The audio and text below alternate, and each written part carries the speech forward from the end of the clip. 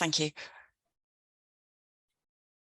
Welcome everybody to our final session of our third IPE U21 Student Healthcare Challenge, and our final session here on the 10th of July 2023, where we're looking at addressing climate change and the impacts on health. Welcome everybody. We'll introduce people as we go through. Welcome to our expert speaker, to Jasna, as well, for joining us, and welcome to all the students. We appreciate that everyone is here for this final session on different time zones. So we've got people here at the beginning of their day, the end of their day, as well as everything in between. So it's really good to have you. But one of the challenges that I think you've addressed in reflections on this task, this international online synchronous working, but it's really good to see everybody here. So thank you. And we felt it was important to have everybody here together on this last meeting. So we came together 4 weeks ago, and students, you met your international group members, and in between, sort of halfway through that time, around about the 26th of June, I think, we had two really well-attended mentoring sessions at 2 different time zones. And since then, you've been working really hard across the time zones, balancing your project work with your own work and life issues. And on Wednesday last week, you submitted your presentations, which we're going to say a little bit more about later. I think every year we've been amazed by the quality of these presentations, and this year was really no exception, as we think about the impacts of climate change on health. But again, going to say more about that later. So, sorry, Alicia, I just pressing my button, expecting the slide to move forward. Can I have the next slide, please? So, in terms of the programme for the next 90 minutes, we're going to have a short welcome and introduction, and then I'm going to introduce and hand over to Jasna Palmero Silva, who is our expert speaker and going to talk to us a little bit more about health and climate change. There'll be some time for questions, and then we're going to have an interactive session where you'll have a chance to talk to each other in new groups, and we'll talk about how those have been put together in breakout rooms. And then we'll have a short comfort break before we get to probably the important bit that you're all waiting for as well, in terms of the presentation of the awards and feedback from the judging panel before we close. So if we can start then with the next slide, please, Alicia. So welcome to everybody. We have all of our, a lot of our IPE student challenge teams here today. Welcome to our student IPE healthcare challenge team. So it's Marika, De Ruyter, Arturo Grau-Diaz, Polly Chan. I think we might be joined by Lynn Hazel as well, Alicia DeLee, as well as previous challenge members, Eduardo, Teresita and Anne, who you'll be hearing with hopefully a little bit later, and myself, Christine Hirsch. And we're delighted to welcome our expert speaker for today, for this session, Jasna Palmero Silva. If we can have the next slide, please, Alicia. Thank you. So, Jasna, welcome. Short introduction, which please do feel free to embellish on this when you in a moment, but thank you very much for taking the time to join us this morning. You have a background in nursing from Chile, and then went on to do a master's degree in public health, and you're now researching at University College London. But importantly, and the reason that we've asked you to here today, is to share your expertise in your research working in climate change topics, and you've been importantly a co-worker of the Lancet publication as well. So if I can now hand over to you, Jasna, for the next 20 minutes, after which there will be some time for questions. I think Polly is going to host those, but just to encourage you to post any questions that might come up in the Q&A whilst the talk is going on. So thank you very much, Jasna. If I can hand over to you now. Great, thank you, Christine. Hi, everybody. Good afternoon. good evening, good morning, wherever you are. So thank you so much for this invitation. Thank you, Arturo, who contacted me actually. And for me, it's a very great pleasure to be here and honor to be here and sharing this time with you. So I have prepared a short presentation. I'm just going to share my screen with you here. So I guess you can see it okay, right? Great, perfect, thank you.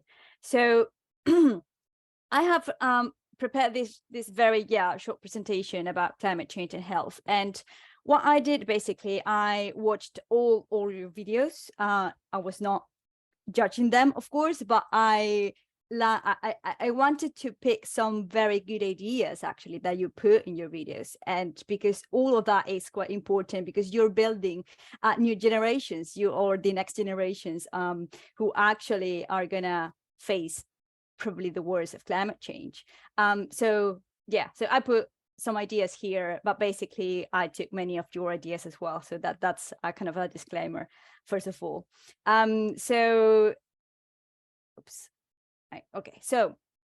So you've been working with all these topics about climate change and sustainable development goals, right? So you were just trying to link them, and they are actually very interlinked. So basically here we are gonna try to connect more dots and try to make sense of all this information that we already have, and then to inform probably some actions, mitigation and adaptation actions. And also, I'm going to take this opportunity to clarify some important points about climate change and health. So what you've been doing here, basically, if we take the WHO diagram of climate change and health, basically you have been looking at different aspects of climate change and health. So working group one, let's say, worked on the mental health and climate change aspect, but looking at the impact. So if you see this diagram here, you actually looked at this impact, anxiety, you talked, and that it's actually a very important point. Working group two, let's say, so you worked with climate change and food security. So basically you analyzed some impacts, but also some exposure pathways in relation to the climate change and health impacts, etc. Till working group 9, climate change and social cohesion.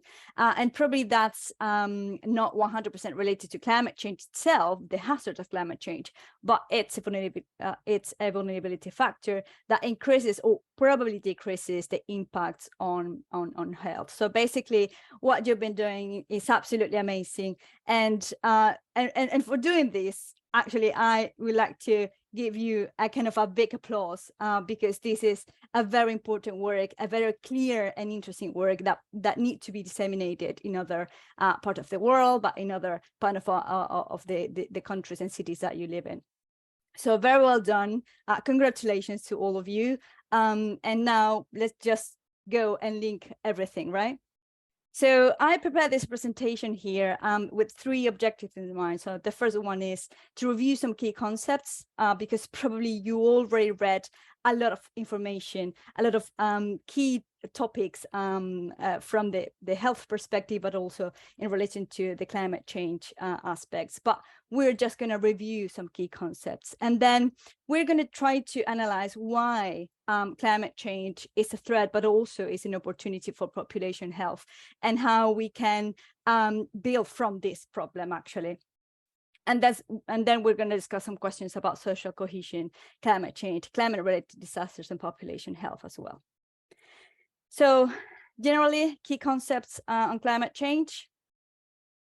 Climate change is actually not the big problem here. The big problem is that we are facing several problems at a time and overlapping problems. So we are kind of actually facing a global environmental change. And not all the changes are related to climate change, okay? Now, if we just take the definition from the American Geographical Union, this global environmental change actually addresses large-scale chemical, biological, and geological and physical perturbations of the Earth's surface, ocean, land surface, and hydrologic cycle, with a special attention to timescales of decades to centuries, to human caused perturbation and their impacts on society. So basically, climate change is one part of the global environmental change, because sometimes we tend to mix some causes and some factors and some impacts, but actually they are to some extent a little bit different. So basically we start with, we have several changes, environmental changes. Most of the current changes are due to or are a consequence of human activities. And these human activities have been impacted, for example, the ozone layer depletion, the greenhouse gas emissions, the land system change. We have done a lot of about urbanization. We have been in contact with wildlife contact, of course, with wildlife in general. We have some problems with water consumption. We have added some chemical compounds to the environment. We have impacted biodiversity. We haven't put a lot of waste in the planet, and we haven't managed all that very well. And also we have polluted our cities, our water, our everything, right? So basically, our activities have been affecting the environment, the planet, and because we need to understand that this is a very complex system, one impact on one area probably will have more impacts in other areas as well. And all of that in all of it comprises or actually is this global environmental change. And we have measured it. So basically, we now know that CO2 atmospheric concentration has increased, ozone acidification has increased, we have used a lot of energy, we have deforested a lot of wild forest and pristine forest, we have used a lot of water, and we have used a lot of fertilizer. And all that have probably impacted the landscape, biodiversity in other animals, the oceans, even the coral reef, and we have transformed some rivers. So now instead of water, we have kind of a plastic, right? So we have added some very important changes to the environment. And anthropogenic climate change is just one part of it.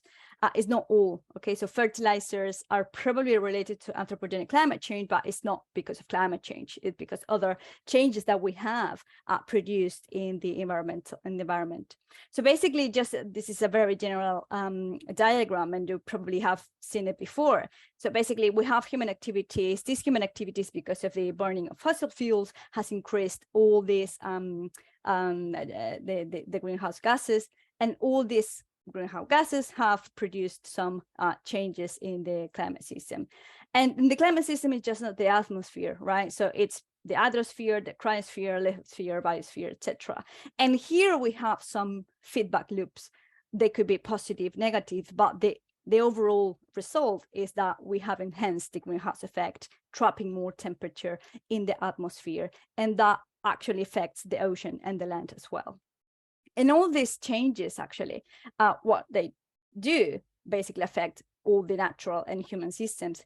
And there are also some feedbacks between the natural and human systems as well. So this is the main message of this is this is a very complex problem, and we cannot solve it alone. We need to work with others. We need other disciplines. We need a very wide perspective to try to understand the natural processes, but also some human processes as well that depend on us, 100% on us.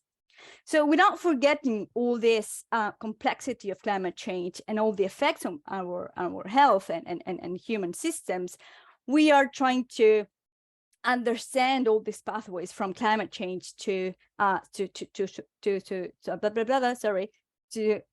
impacts. So and we usually do this by dividing the hazard, which is basically associated with some climate change hazards.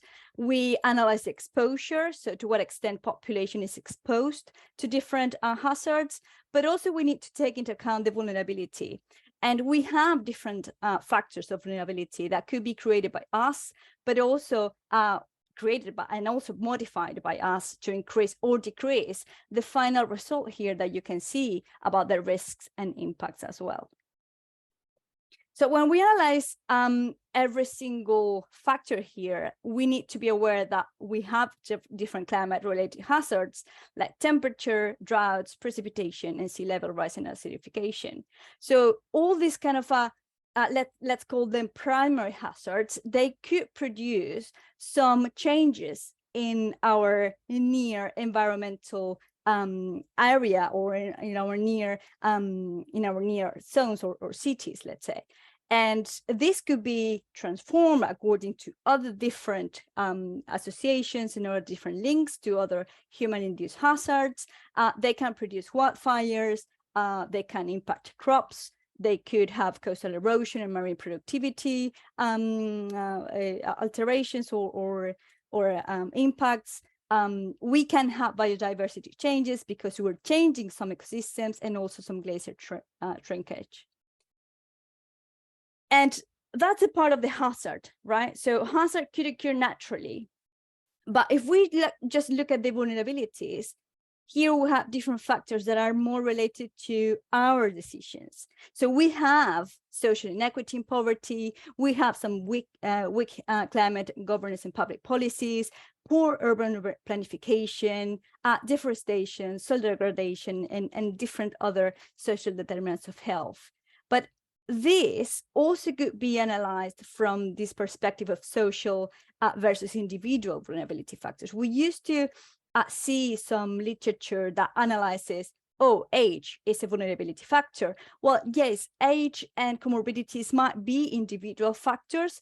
However, age-based discrimination is social factor. So the main message here is that vulnerabilities basically are created by us. And let's say, just as an example, social inequity is not part of the natural world, right? So it depends on us. So basically, we can change them to increase or decrease this impact. And this is summarized by this diagram, very basic diagram, right? So basically, I've just said that we have hazards, they are natural, they are changing because of anthropogenic climate change, of course, but they are natural. They have occurred always. Nowadays, we see basically an increase in the frequency or sometimes in intensity, but they are natural. However, this block here, the vulnerabilities, could be social, economic, policy, or planification vulnerabilities.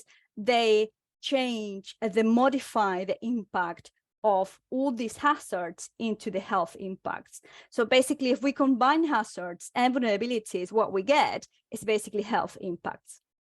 And these health impacts, as you already mentioned in your videos, they could be physical health, mental health, they could be related to food insecurity, water insecurity, infectious diseases, and many more. Okay, but we need to be aware that hazards alone do not produce the health impacts kind of equally. The health impacts are unequally distributed because of these vulnerabilities, because they modified all these hazards, the impacts of the hazards. And from the Lancet Countdown, we have seen this. So this is just probably the exposure and the hazard. So we have measured the population exposure to warming. So basically you get the anomaly, so the amount of temperature, the quantity of temperature that has increased according to this average baseline. And what we have seen that overall worldwide, we have seen an increase in terms of the temperature. So this anomaly has been positive for basically virtually the entire world, right? So we have seen from the 2000 to 2010 and 2020, and we've seen that in every single country, population has increased in terms of the exposure to the warming. And if we analyze the impact now, basically the mortality and heat-related mortality, what we have seen is that basically if we consider the mortality from 2000 to 2004 as a baseline, we have seen an increase in terms of heat-related mortality across all the regions, basically across all the world. So is this just not a hazard? It is not just exposure, but this exposure, hazard, and vulnerabilities have been resulted in an increased mortality. So we have seen impacts on our health and our population and the population health across all the regions, basically. So that's the key messages about climate change. Now, why climate change is an opportunity for population health? Well, we already know I've shown you this. So climate change is a threat to natural and human systems, including health, well-being, and prosperity, of course. We now know that this is a very complex problem, but we can do some things. We now know that we can do some actions to prevent climate change, but also to prevent the impact of climate change. And when we see this, we have some mitigations actions in relation to greenhouse gas emissions. So we need to limit them. And if we limit them, we are going to be limiting climate change, but also we're going to get some health benefits. And on the other hand, in complementary, actually, we have some adaptation actions, right? So we limit the damage on health, okay? And we probably get some benefits from climate change as well. And overall, if we actually conduct some or take some adaptation measures, we can improve the health overall. And if we address correctly all the mitigation actions and all the adaptation actions, what we get is that we will decrease social inequities, improve air quality, decrease vulnerabilities, and strengthen social development, cohesion, and prosperity. So basically, we know that climate change and anthropogenic climate change is a threat, could be very, very damaging to our population. But at the same time, if we conduct very well actions, risk assessment, and we take appropriate measures, actions in terms of mitigation and adaptation, we probably will get some gains in terms of the population health, but also well-being, social development, etc., etc. So if we just analyze some mitigation and co-benefits, we already know that we are depending a lot on fossil fuels, and that is damaging the health of population, not just because of climate change, which is a very global phenomenon, but also because of some local adaptation issues. So we need to coal phase out, we need energy transition, and we need energy efficiency. We cannot produce a lot more energy based on, I don't know, solar panel if we don't use that energy efficient. We can change indoor and outdoor air pollution if we change all the systems. We can promote some efficient transportation modes, as you said in your presentations. But first, I would like to say that we need to increase active transportation. We need to promote some public transportation. And lastly, we need to promote electric vehicles as kind of the last resort that we need to address, right? And I'm going to show you why. In terms of adaptation, we need to work. In terms of food systems, we need to incorporate climate resilient crops, as you already said in your videos as well, limit land use change, reduce waste, etc. We also need to work in terms of better urban planification, better housing, and better early warning systems as well. And all of them will have a very important and significant health benefits as well. But this is probably one of the most important part of the presentation. It's all these actions should happen at different levels, from international to individual levels, and we cannot put pressure on the individuals as an individual action or individual choice. We need to work in a kind of ecosystemic system of actions to promote better policy adaptation and mitigations. So as you said in your videos, prevention is key, and this is really, really important. But this prevention implies that we need to take a very wide perspective, a whole society and systemic approach to health and well-being, not just hospital, not just healthcare, not just health services, but we need to see that health is promoted as well in other health determinant sectors. So implying multidisciplinary and transdisciplinary collaborations are key. There are several factors that lie outside the health sector, therefore we need to work with others. And this is just a very general example that actually summarizes some mitigation actions, adaptation actions, but at different levels, from the international to the individual level. Let's say that we say to the individual, buy local and prefer plant-based diets. Yes, that's fantastic, and that's a very good opportunity, but the government and the communities need to promote these local markets, but because if there are no markets where people can buy from, therefore how can we say to people buy local, and prefer plant-based diet, etc. So they should be, these actions should be complementary and should be done kind of parallelly, right? Also, when we say, oh, well, prefer cycling as a mode of transportation to the person. Well, if that person doesn't have kind of a safe cycle networks, then probably we're going to put in danger the life of that person, right? So we need to, again, to think about our recommendations to the individual, but considering a very wide perspective, a very contextual perspective as well. The same with sustainable and climate resilient health systems. The same with promotion of a structure for interdisciplinary or transdisciplinary public policies. So we say people work with others, but if the institutions do not allow this kind of collaboration, therefore, for the individual will be very difficult to work with others as well.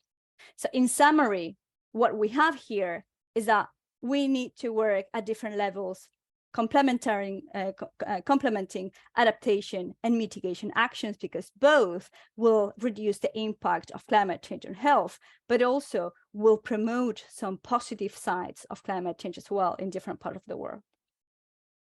And finally, about social cohesion and climate change and climate-related disasters and population health. So this is a lot of, we have many concepts, and I'm going to try, I'm not expert in social cohesion, but I'm going to try to say something coherent, right? So the first thing is that we have, and actually one group talked about climate disaster, right?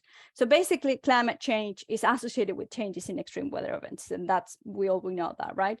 And all these events impact all the infrastructure and human systems that were built considering other weather patterns, right? So the past weather patterns. So that's why sometimes when an extreme event, weather event occurs, then we have kind of a disaster.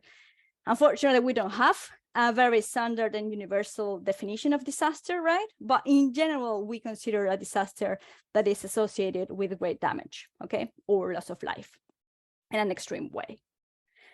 But natural disasters do not exist. There is no such word of natural disasters. And basically, disasters are kind of a consequence of our own decisions. So we create all these disasters.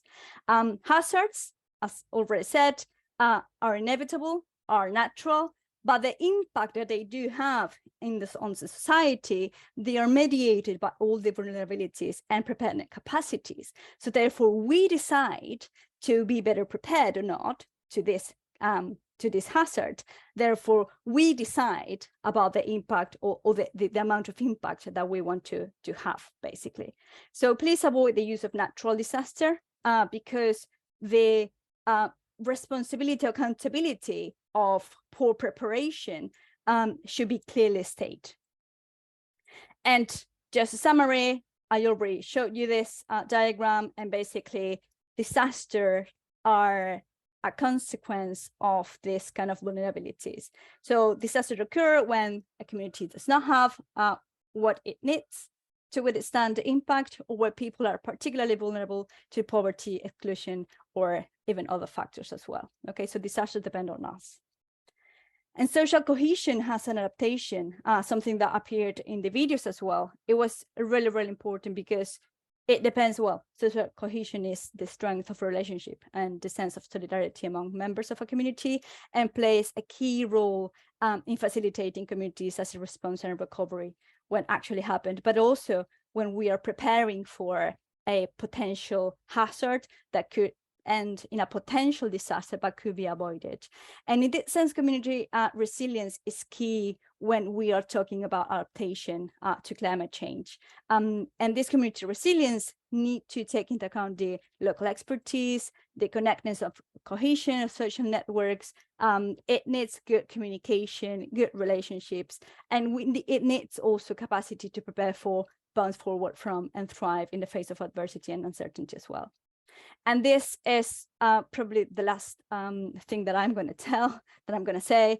And when we analyze social cohesion, we need to be aware of the different actors that play a role when we are trying to promote social cohesion. So we have individuals, we have the community, and we have the institutions. And I wouldn't put all the responsibility to the individual and the community as well, because we need very good governance and very strong governance to promote very strong institutions that could be able to respond to the disasters, but also be prepared for what we have been saying actually about climate change and the potential hazards as well. So this is a very interesting policy brief from the Bureau of Policy and Research in the United States, and it says, well, we need to move from models of community engagement to collaborative governance. We need more participation, we need more community engagement, but also community collaborative governance. We need to create flexible funding. So funding is key as well. And we need to develop a comprehensive community organization training program for climate preparedness and resilience as well. So that's all from my part. If you have any question, I'm more than happy to discuss or answer them. Thank you so much. Jasna, thank you so much. Oh, quick, there we go. Thank you so much for taking the time. Actually, you've incorporated just such a thoughtful and tailored talk together for us. And I think it was really helpful for me, particularly for you to unpack and provide some really clear structures for how we think about this. I think as healthcare professionals, we often have such a busy curriculum. We're very focused in our programs, in the content that we have to teach in terms of the clinical aspects. But actually, you've put really clearly some nice frameworks, beautiful frameworks for us to think about how we go forwards in incorporating this topic, climate change, and actually how we respond to it. You've certainly given me a lot of things to think about in terms of how we respond to that, and that actually it's not the disasters as it happens, it's our poor planning and how we go forward with that. So thank you so much. Polly, can I hand over to you for the questions, please? Yeah, thank you, Christine. Well, thank you, Jasna, for such a wonderful presentation talking about climate change. Right now is the time to take questions from our students, and then students, please feel free to use the chat to post your questions.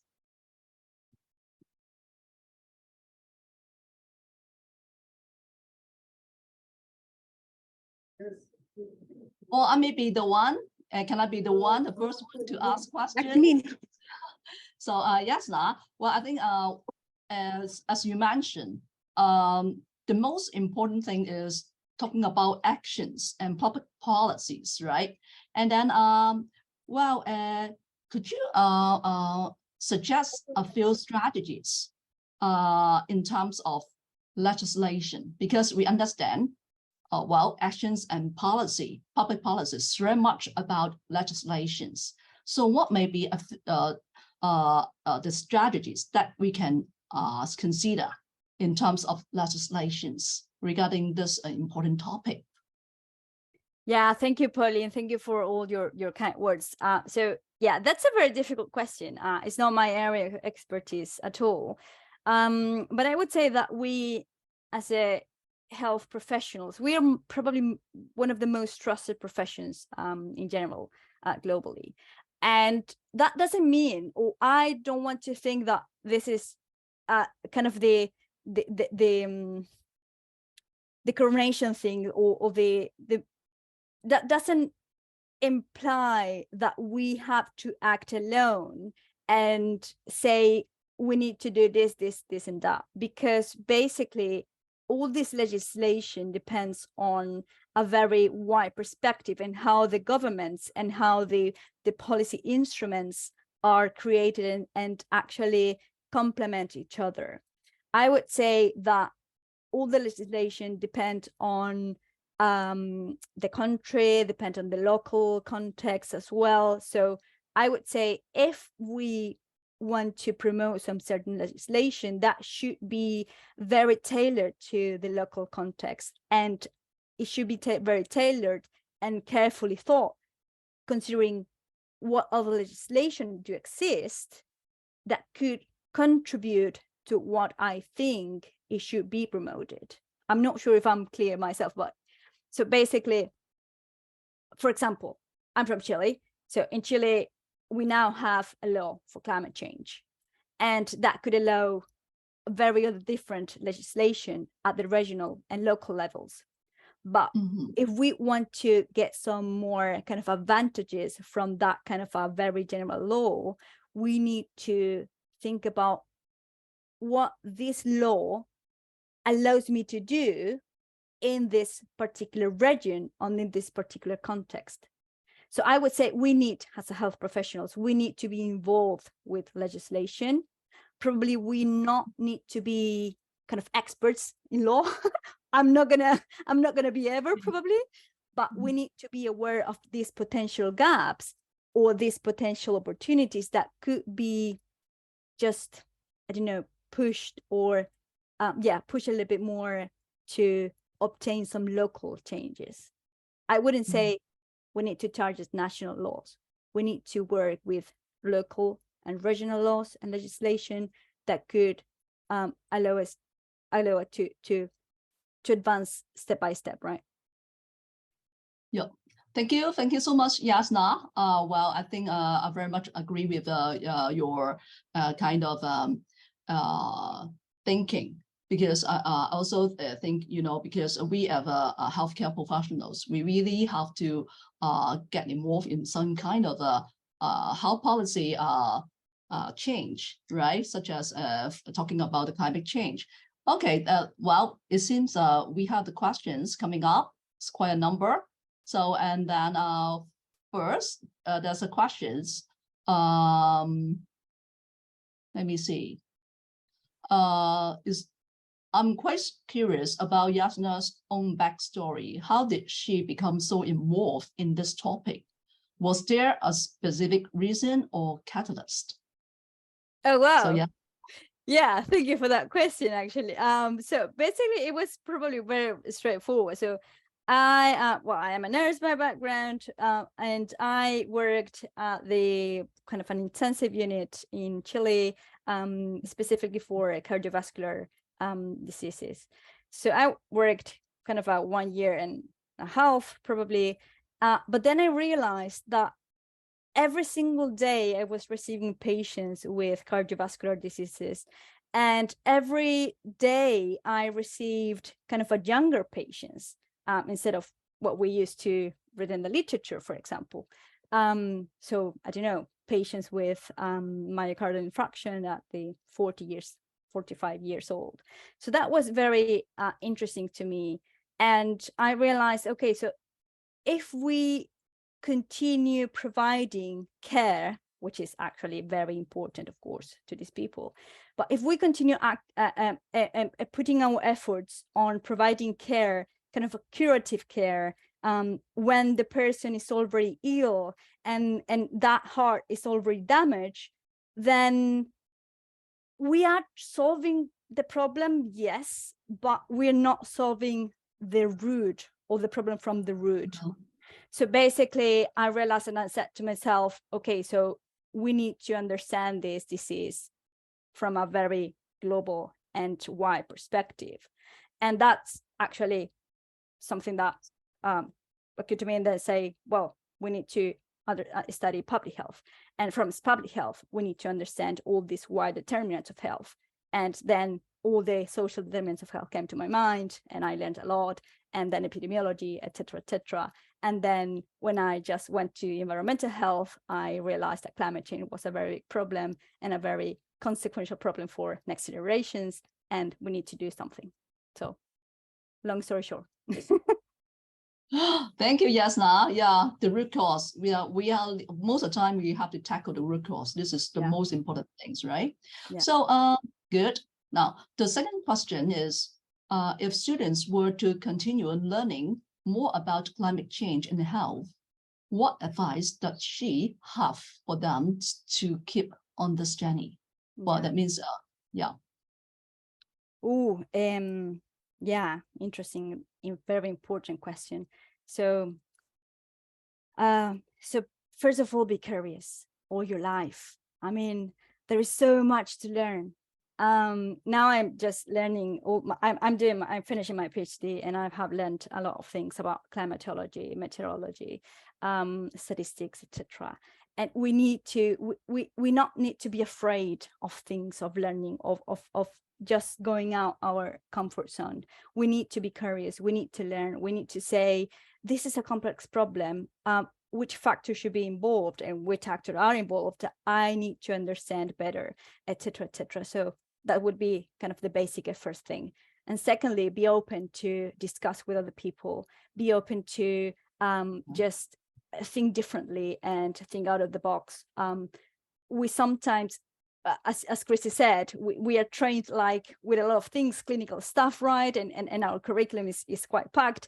But sometimes just in your, let's say, free time, just read a book about ecology, learn other things, because all of that is not just a waste of time. I mean, actually, on the contrary, it helps you to understand other perspective that we have not trained during our studies.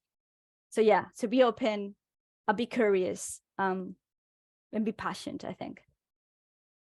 Sorry, Okay, they're not good. technical things, but more general things. Okay, remember, students, be open, curious, and keep your passion. All right. Yeah. Okay. Now, because of time, probably this is the last question from students. Okay, and how does you think students can continue to influence their peers and students around them to learn more and do something on this topic? Yeah. Also, very interesting question. I mean, you have a lot of power because you have a voice, because you have energy, because you have a lot of people to influence, not just policymakers. Sometimes we think, oh, we need to talk with the prime minister, with the president of the country, but actually you can influence a lot of people just with your peers, in your local communities, in your group. So start a blog, start a group of a journal book, or a book club, journal club, I said, sorry. So a journal club or a book club, etc. So you have a lot of power. You need to be able to communicate, and again, be open not just to local experiences, but you are a kind of a global citizens. And this opportunity, this U21 health sciences group, is actually a very good opportunity. And I like to say, sorry, I'm going to just take 1 minute, but I like to say congratulations to you and all my admiration, because you have been very brave in taking this challenge and collaborating with other people. I would say this is something that you need to continue doing, because this is influencing people as well, influencing you, but other people as well. Yes, sorry, Polly, there's actually one more question, which is from one of the students. I wonder if you want to ask that as well. Oh yeah, I think so. So we still have time, right? We can, yeah. Well, Well, so yeah, the final question, Yasna. Yeah, so a student, she mentioned she's wondering your thoughts on an approach to changing the social constructs that are contributing to vulnerabilities affecting at-risk population, such as the social inequities related to age-based discriminations that you spoke about. Yeah, so that's a very difficult topic, but very interesting to analyze, to be honest. So I would say, I was in kind of a hospital-based nursing, but I would say that primary health is actually one of the most important things where we can tackle, to some extent, all the social inequities. In there, we work with communities quite closely. We can work with politicians at local levels, different municipalities. So we can build a very strong network that could have some ideas. So we need to work with the community, not to the community, so with the community. So they could have very good ideas that we can incorporate in all these kind of inequalities probably we will not solve them, all of them, but we can contribute in the dialogue to promote dialogue. We can contribute with very, I don't know, different, we can create some spaces of dialogue, and that will be one of our little contribution, but very important contribution to all this problem, because the roots of inequalities, probably they are a little bit complicated to solve by ourselves. Yeah. So thank you so much, Jasna, for your great time and your great presentation and sharing. So I think I pass time back to Christine. So Christine. Thank you, Polly, and thank you, Jasna, very much again for that inspiring talk. And I think the fact that, yes, it is the start of the journey here for this group, and it would be a great medium group to start to get together, share the videos, and we'll talk about that later. I'm not sure whether you're able to stay with us for the rest of the meeting. You're very welcome if you can, but if not, thank you so much for your time. I will be happy, Christine. So thank you for the opportunity and all the time for being here as well. No, thank you. Thank you. That brings us to our time for the students to have some interaction here. So in a moment, we will be thinking about putting you into some breakout rooms to reflect together about the experience that you had and the learning that you've done over the last 4 weeks. And Edward and Teresita have kindly regrouped you to do that. But before we do that, thank you. I thought before we do that, we've got a little warm-up exercise for you, I think, for you to think, to do some reflection on your own. And Alicia's kindly put together a word cloud. So we'd like you individually, before we put you into your groups, to think about, reflect on your collaboration as a team and what you're going to take forward from this experience. We're going to give you an opportunity to do this as a team first, but we thought it would be helpful to do this individually. So there are 3 ways to join the word cloud, either through the web link or through the QR code, or using the Mentimeter code. And we're going to give Alicia, I think, a few minutes for students to put some of those words in, and hopefully that will be a warm-up exercise before we go into our main group reflection session. Alicia. So we have interesting and challenging and fun. Always good start, I think. Challenging and rewarding, enriching, amazing, excellent. Friendly, interdisciplinary, time zones, new experiences, collaboration is really important, absolutely. Intercultural perspectives that you've brought out of this. Looking forward, excellent, and interprofessional. Those are perfect introductions, I think, for the next session in terms of thinking about the groups moving forwards. Marika, are you? Yes, with us? Thank you. Thank you, Christine. Dear students, we've heard a lot of information from Jasna about the climate change topic. And I hope you all viewed the presentations of all the other groups as well.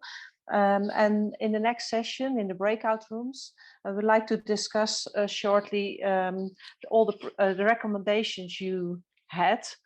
You gave to us, and due to the variety of topics, most of you had different focus within the theme, and as a consequence we saw a lot of suggestions with potential of mitigation, the impact of climate change on health. And taken together, we as a staff viewed 3 overarching key points. And I hope you will recognize these key points regarding your own presentations. The first one was to stimulate awareness among people and health professionals. Secondly, to engage in active collaboration, and the last one, to support individual coping. And as we saw in the framework from Jasna, all these key points can be applied more or less on the global, the national, or the individual level, the local level.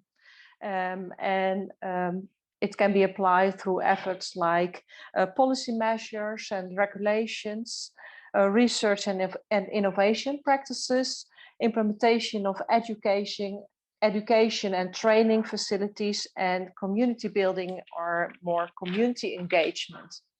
And based on this summary, I hope we did well as a staff.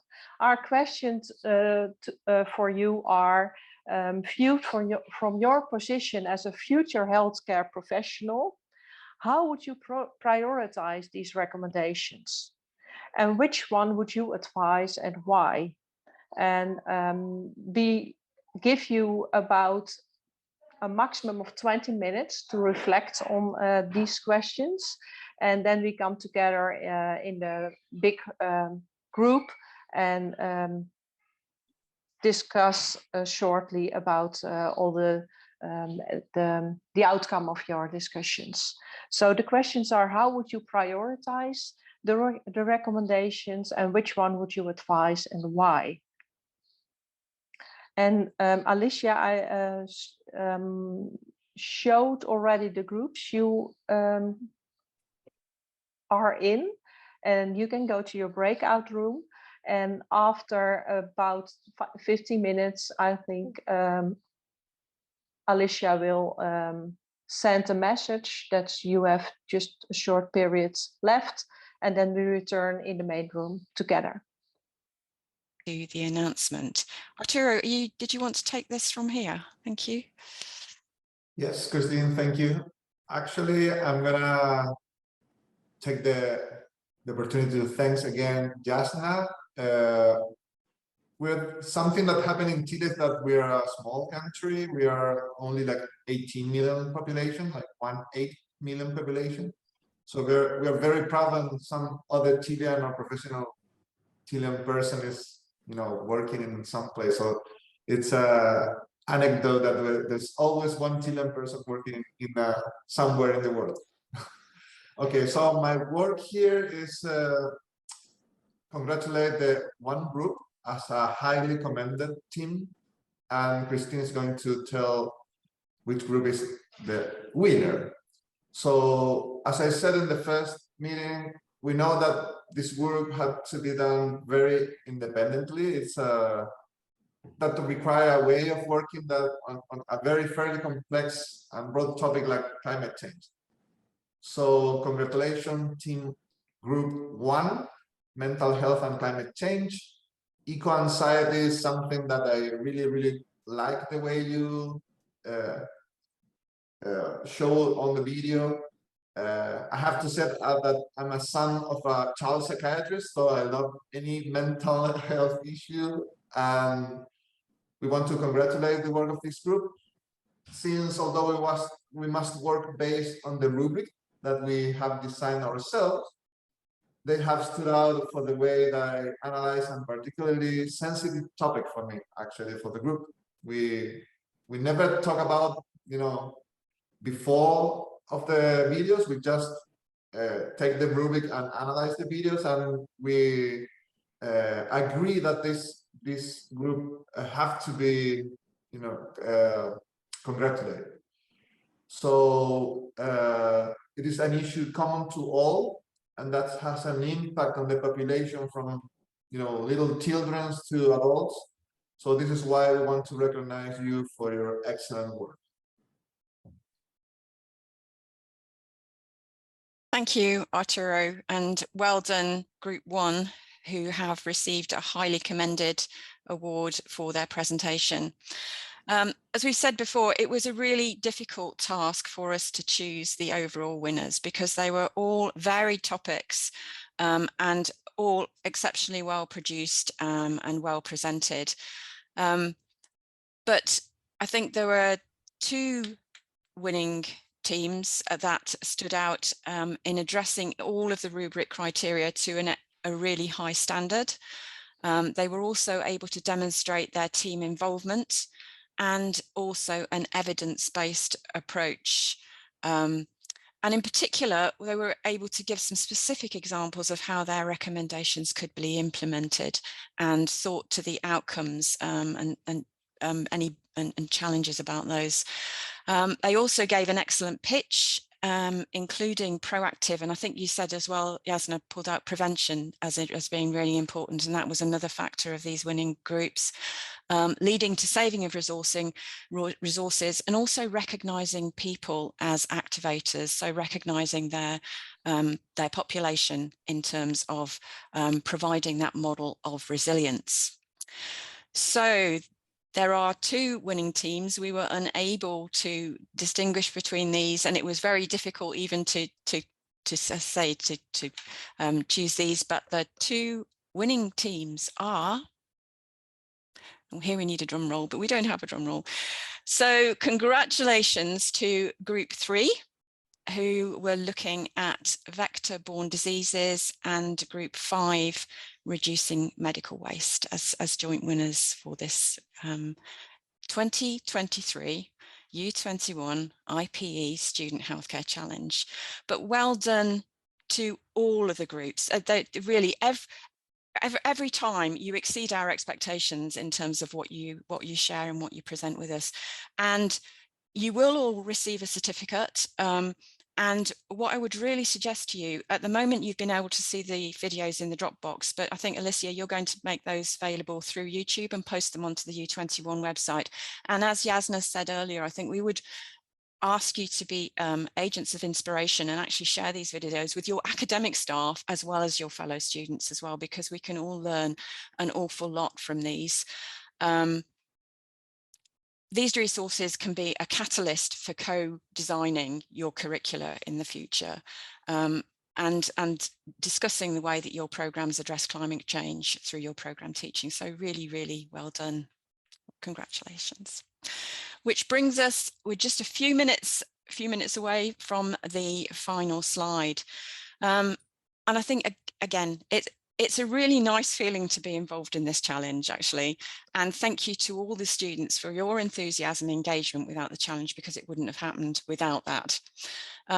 Climate change is a major consideration for you as future healthcare professionals, and your voices will be the agents of change, both in your educational institutions where you are at the moment, but also in your future professions as well, and healthcare organisations going forwards. Please keep that dialogue going, and also remember these international connections that you've made through this opportunity.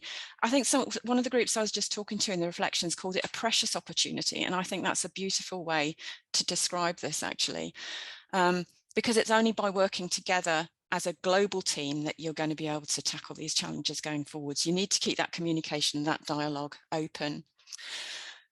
So thank you all to the students that have been involved. Thank you also to the Student Talents team, Marika, Polly, Arturo, our judges, Sibasiso, Lynn, to our students who have been involved, our past students, Eduardo, Teresita, Anna, Jasna, thank you so much for joining us this morning. This is where I slip up. That's the first time I've slipped up through this. Thank you for joining us on this presentation today over all the time zones. And Alicia, thank you so much for overseeing and masterminding the administration, the communication with all of the students and all of us. Thank you very much. You will receive certificates over the next few weeks, but we would really like to have your feedback about the event.